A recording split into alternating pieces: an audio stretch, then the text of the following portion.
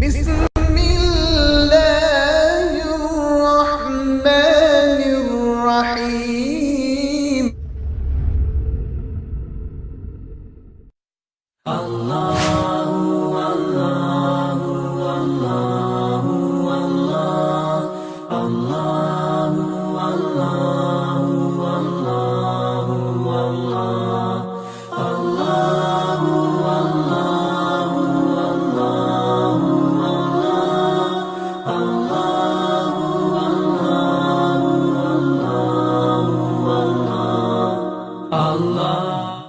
على رسوله سيد الأولين والآخرين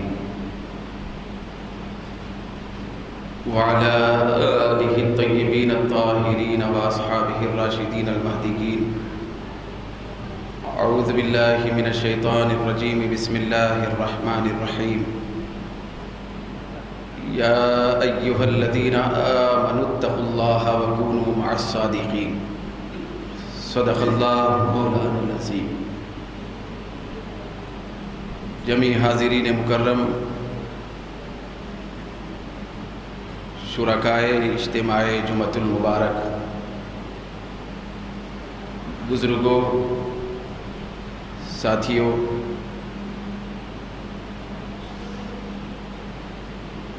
اللہ تبارک و تعالیٰ کا بڑا کرم ہے کہ آج کی جمعہ کی مقدس ساعتوں کے درمیان ہم سب یہاں مسجد ہذا میں جمع ہیں۔ اللہ تبارک و تعالی ہم سب کو خاص طور پر جمعۃ المبارک کی برکتوں سے مالا مال فرمائے۔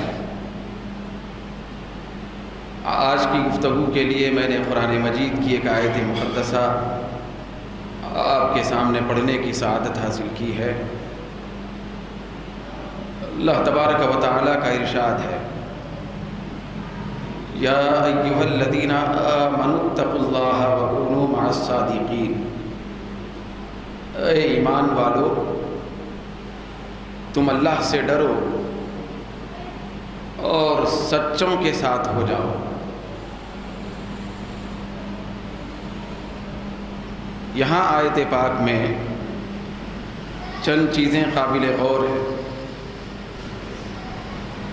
پہلی چیز یہ ہے کہ اللہ رب العزت نے خطاب جو فرمایا یہ عام انسانوں سے نہیں فرمایا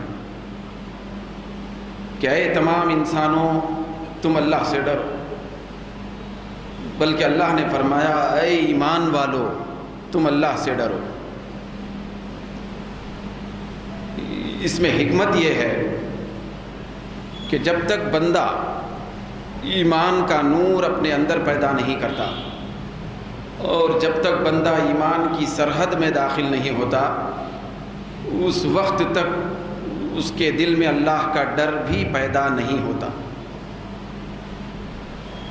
ایمان والا ہونا ضروری ہے تقوی والا ہونے کے لیے۔ پہلی شرط ایمان ہے۔ جب ایمان کی روشنی اور ایمان کا نور اپنے اندر آ گیا، تب وہ اگلے مرحلے میں پروردگار عالم کا ڈر، خوف، تقوی، پرہیزگاری کے کام کرنا شروع کیا تو اس کے وہ پورے کام مفید ہوں گے، باعث ثواب ہوں گے، پھر اجر دلانے والے ہوں گے، قابل قبول ہوں گے۔ پہلے مرحلے میں ایمان ہے، جیسے ہی ایمان لا لیا گیا پھر بندے کے دل کے اندر ایمان کی نعمت اور دولت آ گئی تو ابھی کام تمام نہیں ہوا۔ دوسری ایک ذمہ داری ہے، بھئی ایمان کے بعد اگلی ذمہ داری ہے۔ ہم کیا سمجھتے ہیں کہ ایمان آنے کے بعد یا ہم مومن کہلانے کے بعد اب ہمارے کندھوں پر کوئی ذمہ داری نہیں ہے، چلو ہم مومن ہیں اور مسلمان ہیں تو اب کوئی ذمہ داری ہی نہیں ہمارے۔ تو اللہ رب العزت فرماتا ہے نہیں، یہ مرحلہ وار انداز میں ذمہ داری عائد ہوتی ہے۔ جب ایمان آیا تو ایک ذمہ داری خود بخود اسی کے پیچھے چل کے آئی، وہ ذمہ داری ہے متقی بننے کی، پرہیزگاری آنے کی، بندہ جب مومن کہلایا تو اگلے ہی مرحلے میں پرہیزگار بننا ہے، متقی بن کر تقوی کا نور اپنے اندر پیدا کرنا ہے۔ تقوی کس کو کہتے ہیں؟ تقوی کہتے ہیں پروردگار عالم کی جتنی بھی حکم کے اعتبار سے تعلیمات ہیں، جن جن کاموں کو اللہ تعالیٰ کرنے کا حکم دیا ہے وہ سب کام کرنا، جن کاموں سے پروردگار عالم نے روکا ہے ان سے رکنا، اس کا نام تقوی ہے۔ پروردگار عالم نے کرنے کا حکم دیا ہے، سلام کرنے کا حکم ہے تو یہ کرنا، تو یہ تقوی ہے۔ نماز پڑھنے کا حکم ہے تو اس کو انجام دینا تقوی ہے۔ بھئی اخلاق اختیار کرنے کا حکم ہے تو اخلاق والی پاکیزہ زندگی اختیار کرنا یہ تقوی ہے۔ ماں باپ کا ادب کرنے کا حکم ہے، اس کو انجام دینا یہ تقوی ہے۔ یہ تقوی کے زمرے میں آتی ہیں ساری چیزیں، ساری عبادتیں، سارے معاملات، سارے اخلاقیات، سارے کردار، سارے اچھے خصائل پورے تقوی کے اندر جمع ہے۔ تو اللہ رب العزت جو ارشاد فرمایا کہ اے بندو ایمان لانے کے بعد تقوی اختیار کرو، تو یہ سارے انجام دیے جانے والے کام اختیار کرنا ایمان والے کی ذمہ داری۔ پھر دوسرے اعتبار سے تقوی کا دوسرا پہلو یہ ہے کہ جن جن کاموں سے اللہ رب العزت نے روکا ہے ان سارے کاموں سے رک جانا یہ تقوی ہے۔ اللہ نے غیبت سے روکا ہے، رک جانا تقوی ہے۔ پروردگار عالم نے جھوٹ سے روکا ہے تو رک جانا تقوی ہے۔ پروردگار عالم نے ظلم سے روکا، رک جانا یہ تقوی ہے۔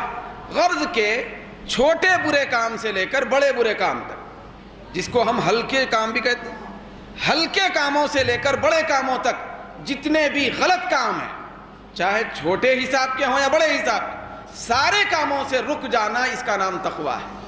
تو اب دیکھیے تقوی کے اندر بہت بڑا معیار ہے، تقوی کے اندر ایک بہت بڑا تصور ہے، تقوی کے اندر ایک بہت بڑی کائنات ہے۔ جتنے کام کرنے کے ہیں وہ کرتا جائے بندہ، جتنے کاموں سے رکنا ہے ان سے رکتا جائے، تو تب کہیں جا کر وہ بندہ متقی بنتا ہے۔ تو پہلے مرحلے میں ایمان، دوسرے مرحلے میں تقوی ہے۔ چلیے تقوی اتنا بڑا کام ہو گیا، تقوی آ گیا، بندہ مومن سارے اچھے کاموں کو کرنے لگا، سارے برے کاموں سے رکنے لگا، متقی ہو گیا۔ تو چلو اب فراغت ہو گئی ہوگی، بھئی اب چھٹی ہو گئی ہوگی، ذمہ داری ختم ہو گئی ہو، شاید ہمارے ذہن میں خیال آئے۔ نہیں، پروردگار عالم قرآن مجید کی اس آیت میں اگلی ذمہ داری کی بات فرما رہا ہے کہ اگر کوئی بندہ ایمان لا لیا تو ذمہ داری پوری نہیں ہوگی، تقوی اختیار کرنا پڑے گا۔ جب تقوی اختیار کر لیا تو اب بھی ذمہ داری کی تکمیل نہیں ہوگی، آگے اور ایک قدم ہے، وہ بہت بڑا قدم ہے، وہ تقوی کے آگے سے آگے کا مرحلہ ہے، وہ تقوی کو بچانے والی چیز ہے، تقوی کا تحفظ کرنے والی چیز ہے، تقوی کے اندر نورانیت پیدا کرنے والی چیز ہے، تقوی کو حقیقی روح دینے والی چیز ہے، تقوی کو حقیقی غذا فراہم کرنے والی چیز ہے۔ وہ کیا چیز ہے؟ تقوی کے بعد اور کیا رہ جاتا ہے؟ تو اللہ رب العزت آگے فرماتا ہے وَكُونُوا مَعَ الصَّادِقِينَ، اے ایمان والے اگر تو ایمان لا لیا ہے تو بے فکر نہ رہنا، تقوی اختیار کرنا۔ تقوی بھی اختیار کر لیا ہے تو اب بھی تیری ذمہ داری پوری نہیں ہوگی، اگلی ذمہ داری کو پورا کر لے، تب کہیں جا کر تیرا کام پورا ہوگا۔ وہ یہ ہے وَكُونُوا مَعَ الصَّادِقِينَ، متقی بننے کے بعد سچوں کے ساتھ ہو جاؤ۔ کس کے ساتھ ہو جاؤ؟ سچوں کے ساتھ ہو جاؤ، سچے لوگوں کی معیت اختیار کرو، سچے لوگوں کے ساتھ رہا کرو، سچے لوگوں کی صحبت اختیار کرو، سچے لوگوں کے ساتھ تصورات کے ساتھ بھی رہو، خیالات کے ساتھ بھی رہو، جسم کے ساتھ بھی رہو، معنوی طور پہ بھی رہو، روحانی طور پہ بھی رہو، ایمانی طور پہ بھی رہو، سچوں کے ساتھ وابستگی پیدا کر لو۔ تو یہ تقوی کے بعد کی ایک بہت بڑی آخری منزل ہے۔ تو اب یہ سبق ہم کو پھر دہرانا ہے تاکہ ہمارے ذہن میں بیٹھے اچھے طریقے سے۔ پہلا کام ہے ہمارے پیدائش کے بعد کیا ہے؟ ایمان والے ہونا۔ دوسرا کام ہے تقوی والے ہونا۔ تیسرا بڑا کام ہے سچوں کے ساتھ رہنے والے ہونا. تب کہیں جا کر بندہ مومن کمال معراج کو پہنچتا ہے، تب کہیں جا کر اس کی تکمیل ہوتی ہے، تب کہیں جا کر اللہ کا مقرب بنتا ہے، تب کہیں جا کر اللہ کی قربت کی لذت حاصل کرتا ہے. سچوں کے ساتھ ہونا. تو میری آج کی جو گفتگو ہے وہ یہی سچوں کے ساتھ ہونے کے سلسلے میں ہے کہ اللہ رب العزت نے جو فرمایا وَكُونُوا مَعَ الصَّادِقِينَ، سچوں کے ساتھ ہو جاؤ. سچوں کے ساتھ ہونے سے فائدہ کیا ہے؟ کیوں اللہ تبارک و تعالیٰ عبادت کے بعد، ایمان کے بعد سچے لوگوں کے صحبت اختیار کرنے کا حکم دیا؟ اس لیے دیا کہ ایمان کی دولت آ جانا کمال نہیں ہے، کمال ہے لیکن بڑا کمال نہیں ہے. ایمان کا چراغ سینے میں جل جانا بڑا کمال نہیں ہے. تقوی والا ہو جانا اتنی بڑی جد و جہد کا کام ہونے کے باوجود بڑا کام نہیں ہے. ایمان حاصل ہونے کے بعد، تقوی ملنے کے بعد ان دونوں دولتوں کا بچنا بڑا کمال ہے.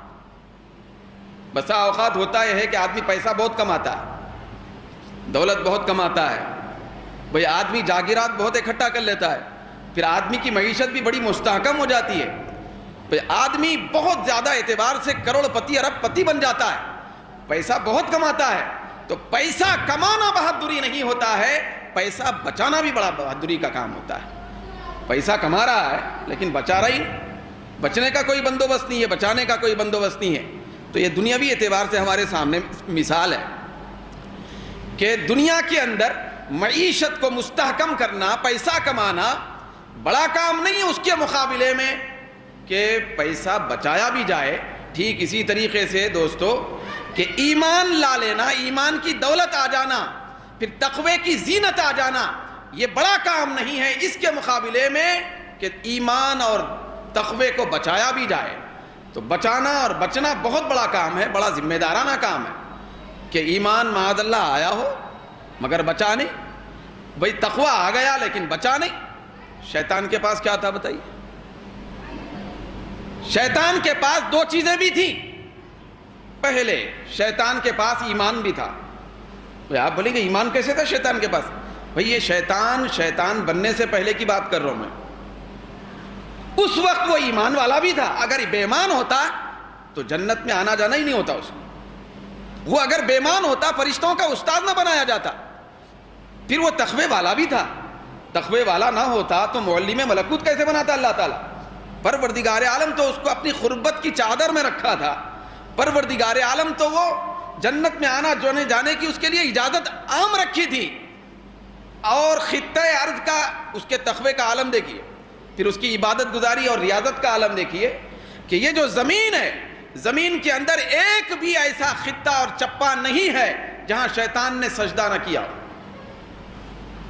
تو شیطان تو اتنی بڑی عبادت گزاری کیا کرتا تھا تو اس کے پاس دولت ایمان بھی تھی، دولت تقوی بھی تھی، مگر لوٹا کیسے؟ ختم ہو گیا.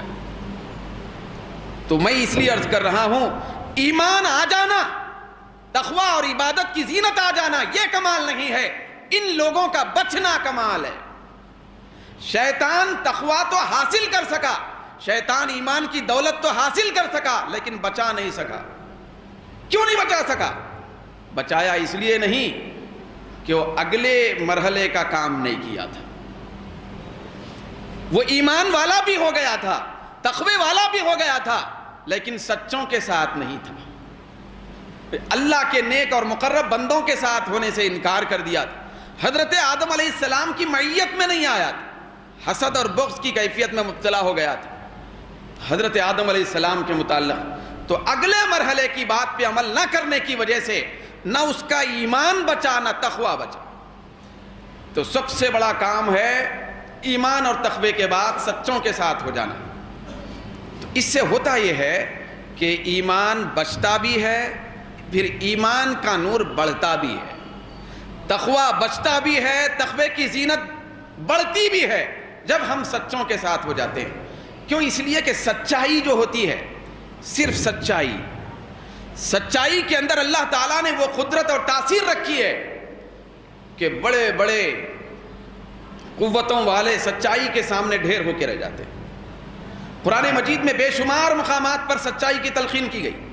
پھر آج جو دنیا کے اندر ہم غور کرتے ہیں، ہر مذہب سچائی کی تعلیم دیتا ہے، سچائی کا اعلان کرتا ہے، سچائی کے اعتبار سے گفتگو کرتا ہے. یہ الگ بات ہے کہ وہ سچائی پہ ہے یا نہیں ہے، لیکن کچھ چیزوں کے حد تک سچائی کو مانتا ہے. تو سچائی بہت بڑی چیز ہے، سچائی بہت بڑی طاقت ہے. سچائی کے سامنے شیطان ٹک نہیں سکتا، سچائی کے سامنے شیطان کی چل نہیں سکتی. سچائی جب کسی بندے کا مقدر بن جاتی ہے تو اس کے سجدے بھی اللہ کے قریب لے جانے والے ہوتے ہیں. پھر اس کو جنت پانے کی آرزو رکھنے کی ضرورت نہیں ہوتی، جنت خود اس کی آرزو مند بن جاتی ہے. سچائی بہت بڑی چیز ہے. تو یہ نفس سچائی کی بات ہے. تو ایک سچائی ہے، دوسرا سچائی والا ہے، سچائی والی ذات ہے جس کے اندر سچائی کا نور ہے. تو اللہ رب العزت نے یہاں نہیں فرمایا ہے کہ اے ایمان والو تم تقوی اختیار کرو اور سچائی کے ساتھ ہو جاؤ، سچائی کے ساتھ ہو جاؤ، ایسا نہیں فرمایا. اللہ نے فرمایا اے ایمان والو تقوی اختیار کرو اور سچائی والوں کے ساتھ ہو جاؤ، سچے لوگوں کے ساتھ ہو جاؤ، سچے لوگوں کے ساتھ ہو جاؤ. کیونکہ سچوں کے ساتھ رہیں گے سچائی سمجھ میں آئے گی، سچوں کے ساتھ رہیں گے برکتیں سچائی سے مالا مال ہو جائیں گے. سچائی کے ساتھ رہیں گے تو وہ سچائی کی برکت اور سچوں کی صحبت تم کو اللہ تعالیٰ کے نزدیک لے جائے گی. سچائی اپنا بہت بڑا وقار رکھتی ہے. میں ہلکا سا اشارہ کر کے بات آگے بڑھاتا ہوں. سرکار غوث پاک رضی اللہ تعالیٰ عنہ بچپنے میں آپ کو معلوم ہے کہ بغداد شریف پڑھنے کے لیے جا رہے تو راستے میں ڈاکوؤں اور چوروں کی جماعت ملی تھی. تو سرکار غوث پاک وہ پورے قافلے کو لوٹ لیے تھے. تو حضور غوث پاک کے پاس بھی آ کے چور پوچھے تھے کہ آپ کے پاس کچھ ہے، تو آپ نے سچ والا جواب دیا تھا. معلوم ہے نا کہ سچائی پر مبنی جواب آپ نے مرحمت فرمایا. ہاں میری صدری کے اندر بغلی کے نیچے سیا ہوا ہے، وہ 40 اشرفیاں ہیں میرے والدہ نے سی. تو اس سچائی کو تھوڑی دیر کے لیے چوروں نے مذاق سمجھا، لیکن بڑے ڈاکوؤں کے سردار کے پاس جب یہ بات گئی تو بچے کو بلایا گیا. ظاہری طور پر ایک نوخیز بچہ ہے، لیکن وہ بچہ ایک ایسی ولایت کا تاجدار ہے جس کو اللہ تعالیٰ نے پیدائش سے پہلے ولی بنایا. تو سچائی دیکھیے کتنا بڑا کام کر گئی. یہ سچے کی صحبت کا نتیجہ ہے. حضور غوث پاک کی سچائی اور آپ کی صحبت وہ ڈاکوؤں کو اسی وقت توبہ کی طرف راغب کر دی، اور توبہ کر کے تائب نہیں بنائی، اللہ کا ولی بھی بنا دی. تو یہ سچائی کی برکت ہوتی ہے. بہت بڑی چیز ہے. ہمارے آقا صلی اللہ علیہ وسلم کے بارے میں آیا کہ ابھی ہمارے حضور اعلان نبوت نہیں فرمائے تھے مکے میں. میں نبی ہوں کا اعلان نہیں آیا تھا. ہر طرف کفر و شرک کا ماحول تھا، ہر طرف شرابی اور ظالم لوگ نظر آتے تھے. لیکن ایسے غلط ماحول میں ہمارے آقا کو وہی کفار مکہ، وہ ظالم کفار مکہ، وہ جابر کفار مکہ ہمارے نبی کے سلسلے میں فرماتے تھے کہ یہ صادق اور امین ہے.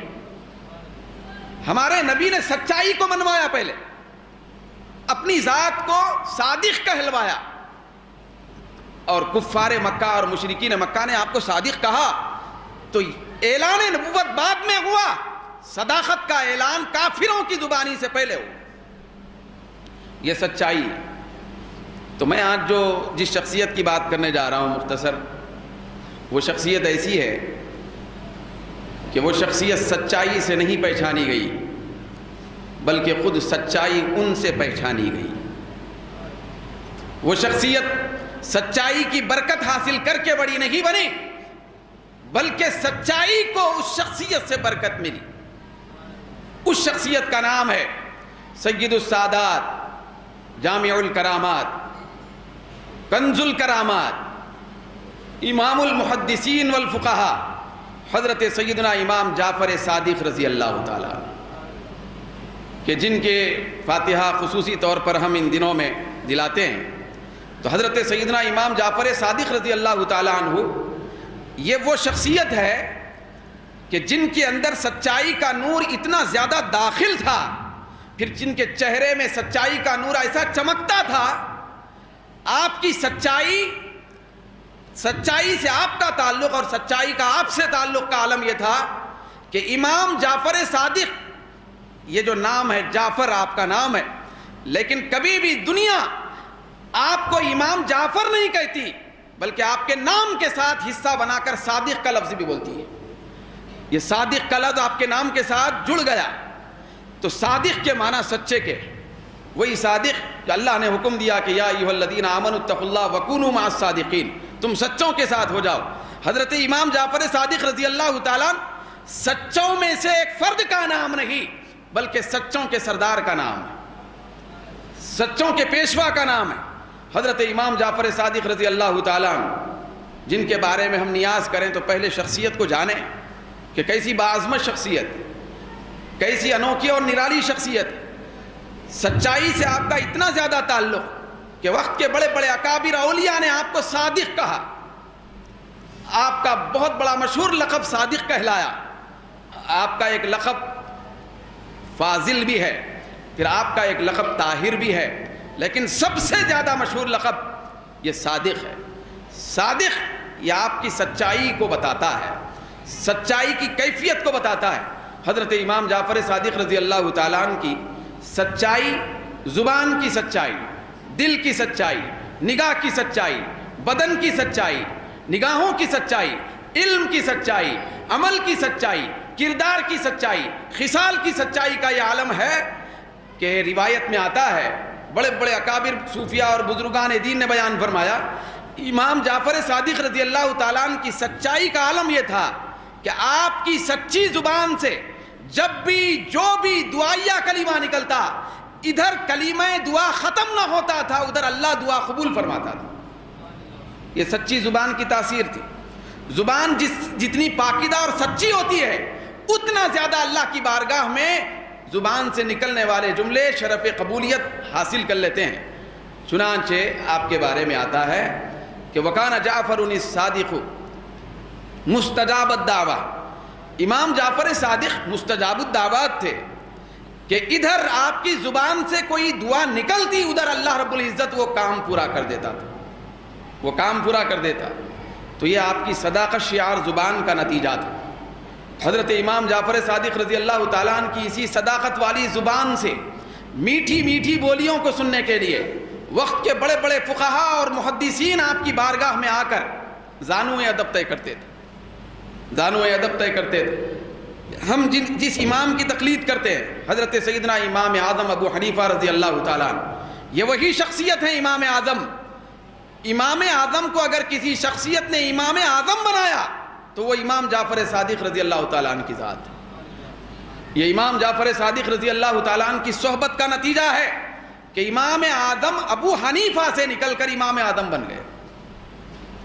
خود امام اعظم فرماتے ہیں کہ میں بہت کچھ پڑھ لیا تھا، پوری دنیا کے علوم مجھے ملے، لیکن لولا السنتان لہلک النعمان، اگر امام جعفر صادق کی خدمت کے 2 سال مجھے نہ ملتے اور امام جعفر صادق کی خدمت کے عوض میں جوتیاں اٹھانے کے 2 سال اگر مجھے نہ ملتے تو میں ہلاک ہو جاتا۔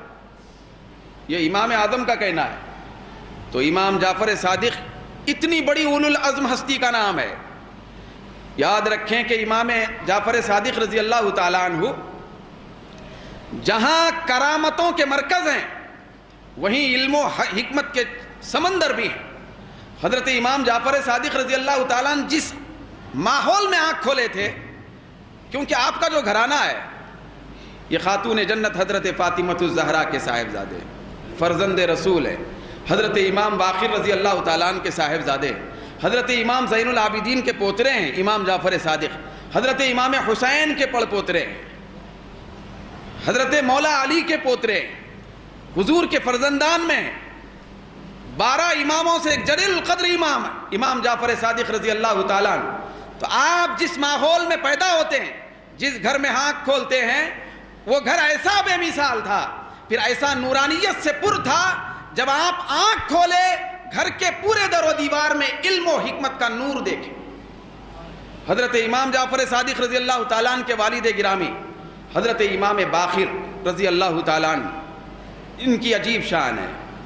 یہ آپ کے والد گرامی جو امام زین العابدین کے صاحبزادے امام باقر، یہ جو باقر ہے، باقر کا جو لفظ ہے، باقر آپ کا نام نہیں ہے، یہ امام جعفر صادق کے والد کا نام باقر نہیں ہے، محمد نام ہے، لیکن باقر آپ کا لقب ہے۔ باقر کا معنی ہوتا ہے عربی زبان میں کہ علم و حکمت کو کھود کھود کے نکال کے بیان کرنے والا، کیونکہ حضرت امام باقر علم میں، حکمت میں، علم اور حکمت میں، قرآن اور حدیث کے علم میں اتنا زیادہ باکمال موقف رکھتے تھے، پھر اتنا زیادہ آپ کو دسترس حاصل تھا کہ علم کا کوئی بھی گوشہ آپ سے چھوٹا ہوا نہیں تھا، کون؟ امام باقر سے۔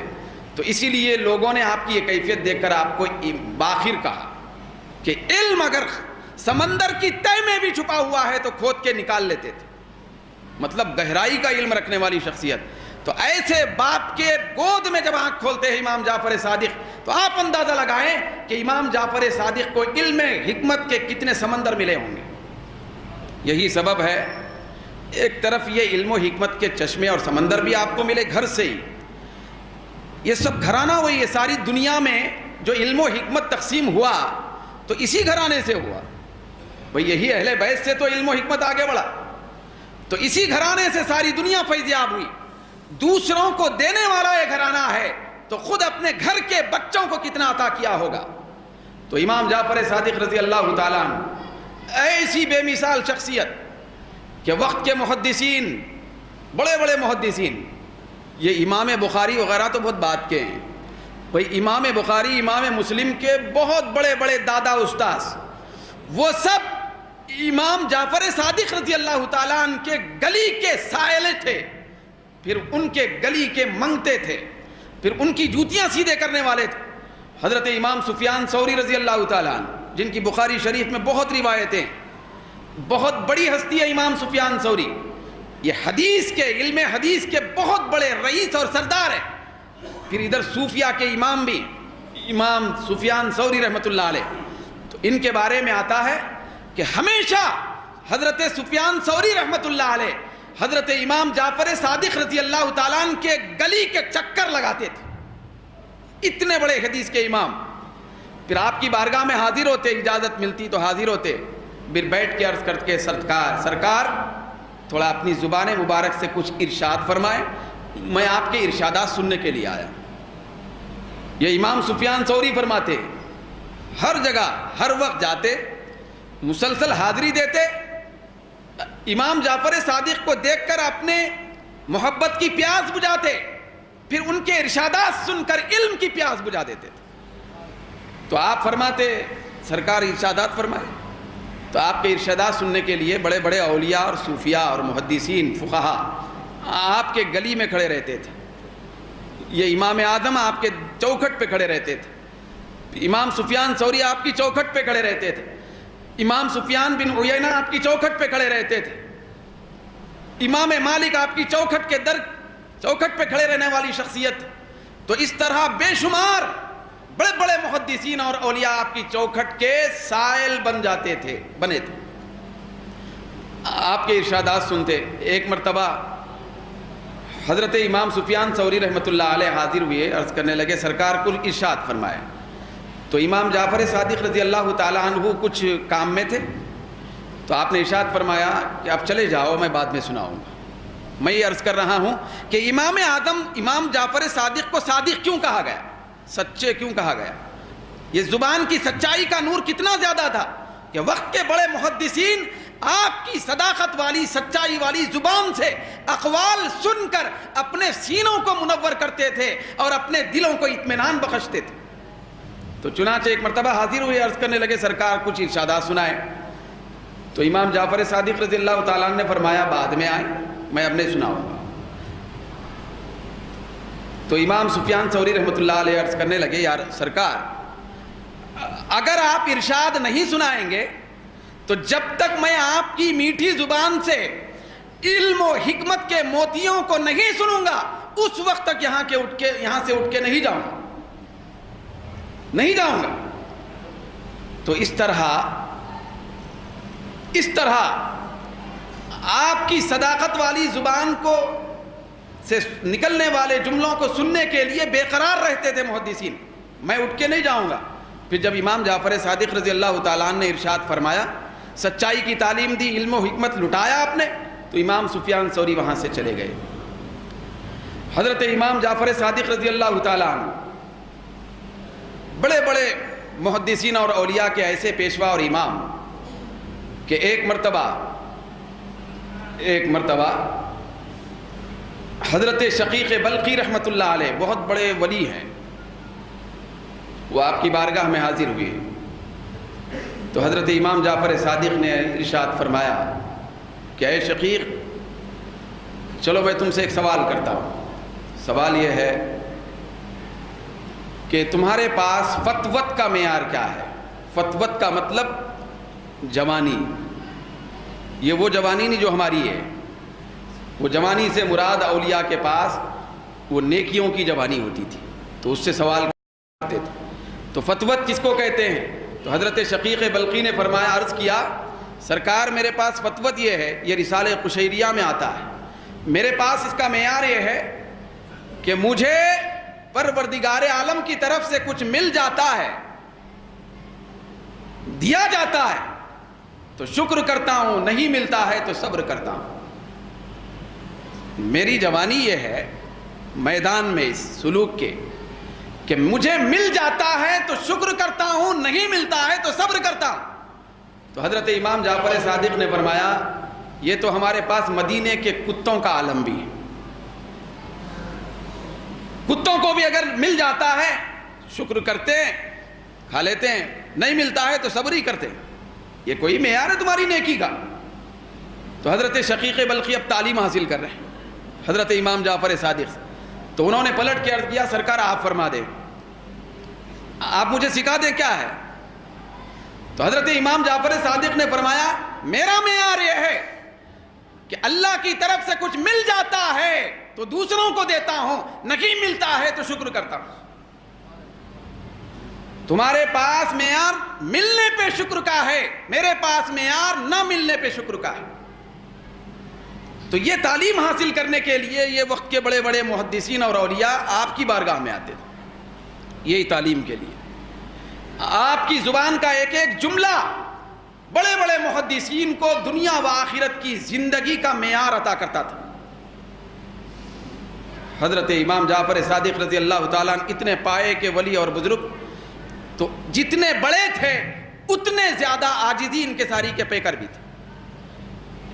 ایک مرتبہ اپنے غلاموں کو آواز دیتے ہیں، سب جمع ہو گئے، پھر امام صادق نے فرمایا کہ اے میرے بیٹو، میرے ساتھ بیٹھ جاؤ، چلو ہاتھ ملاؤ، ہاتھ ملائے، پھر آپ نے ارشاد فرمایا، عاجزی انکساری کا یہ عالم، بھئی وہ بلند مقام اور مرتبے کا عالم یہ ہے کہ امام اعظم آپ کی چوکھٹ پر اپنی جبین کو رگڑیں، پھر امام سفیان ثوری آپ کی دہلیز پر بیٹھنے کے لیے اپنے لیے فخر محسوس کریں۔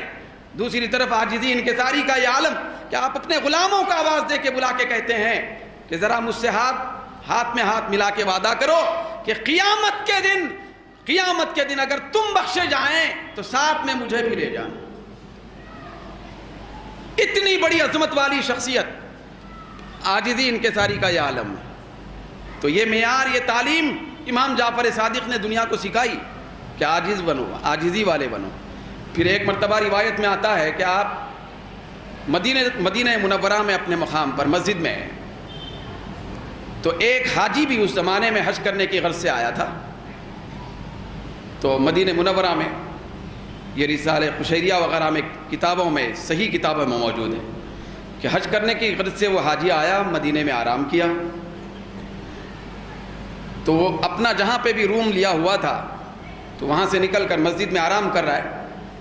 تو جیسے ہی وہ بیدار ہوا، بیدار ہوتے ہی اس نے دیکھا، اس کو ایک وہم ہو گیا کہ میرے پیسوں کی تھیلی چلی گئی،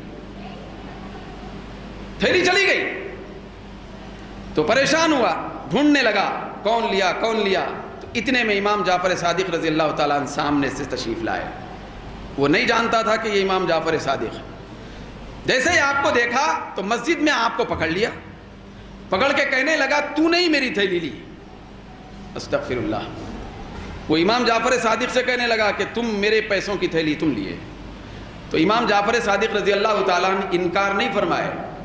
ذرا دیکھیے کہ یہ اہل بیت کے اکابر کا وطیرہ اور ان کی عادت، پھر ان کی سخی طبیعت اور ان کی سچائی کی برکت. بھئی ہم ہیں اور مسجد میں داخل ہو رہے ہیں، ایک صاحب بتائے کہ یہ اس جگہ پیسے رکھے ہوئے تھے آپ لیے، تو کتنا غصہ آتا ہے. تو امام جعفر صادق رضی اللہ تعالیٰ عنہ کو پکڑ کے کہنے لگا کہ آپ نے میری تھیلی لی ہے. تو امام جعفر صادق رضی اللہ تعالیٰ نے انکار نہیں فرمایا کہ میں نے نہیں لی، بلکہ آپ نے فرمایا ٹھیک ہے چلو میرے ساتھ میرے گھر. تو گھر لے گئے. لے جانے کے بعد آپ نے پوچھا اس تھیلی کے اندر کتنا تھا؟ تو اس شخص نے عرض کیا اس تھیلی کے اندر 1000 دینار تھے. تو امام جعفر صادق رضی اللہ تعالیٰ عنہ گن کے 1000 دینار اس کو عطا کر دیے. کرنے کے بعد اس کو وہاں سے رخصت فرمایا.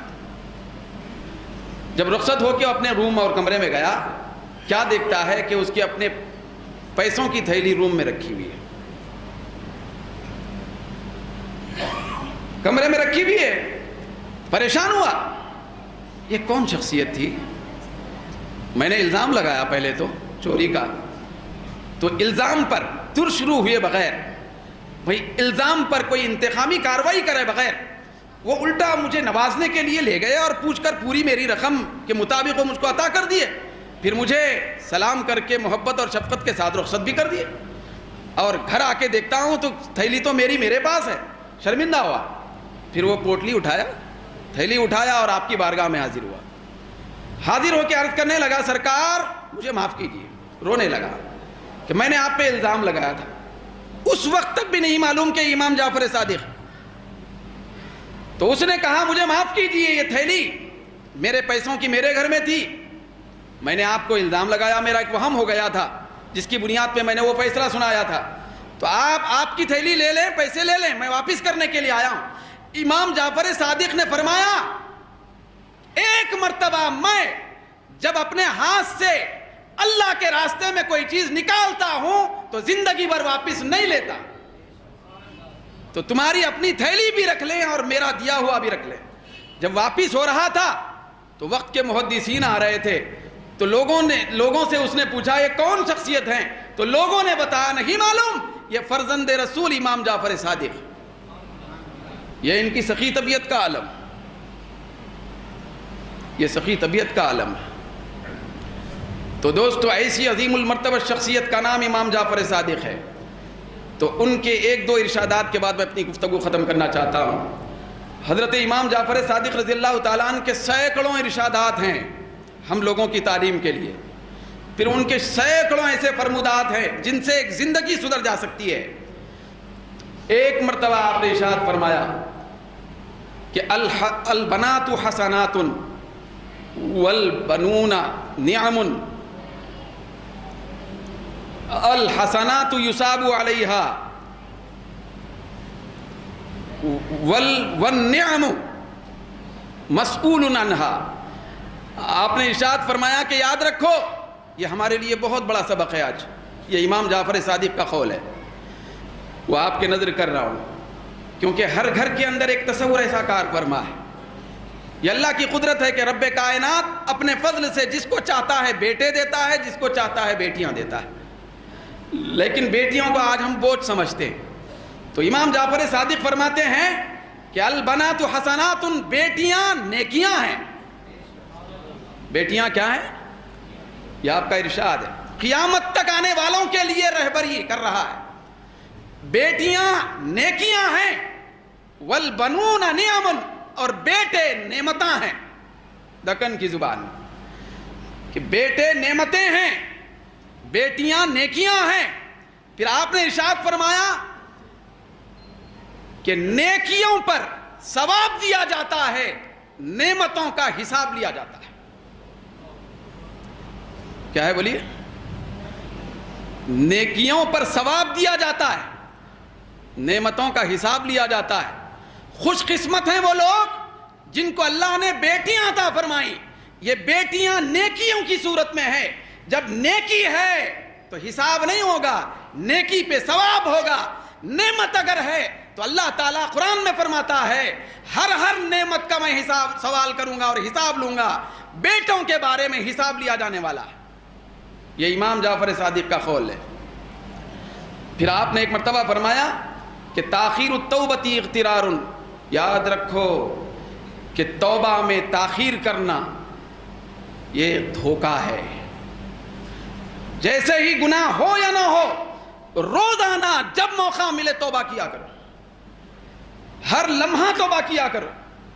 کیونکہ اگر توبہ سے دور رہ کر تاخیر کی جائے گی تو اسی وقت میں اگر موت کا پروانہ آ جائے تو بغیر توبہ کے اگر موت ہو گئی تو پھر آخرت کی ہر منزل ناکام ہے. تو اسی لیے توبہ ہمیشہ چالو رکھنا چاہیے. تو اسی لمحہ ہم سب توبہ کریں. اللہ تعالی ہماری توبہ قبول فرمائے. وآخر دعوانا الحمدللہ رب العالمین.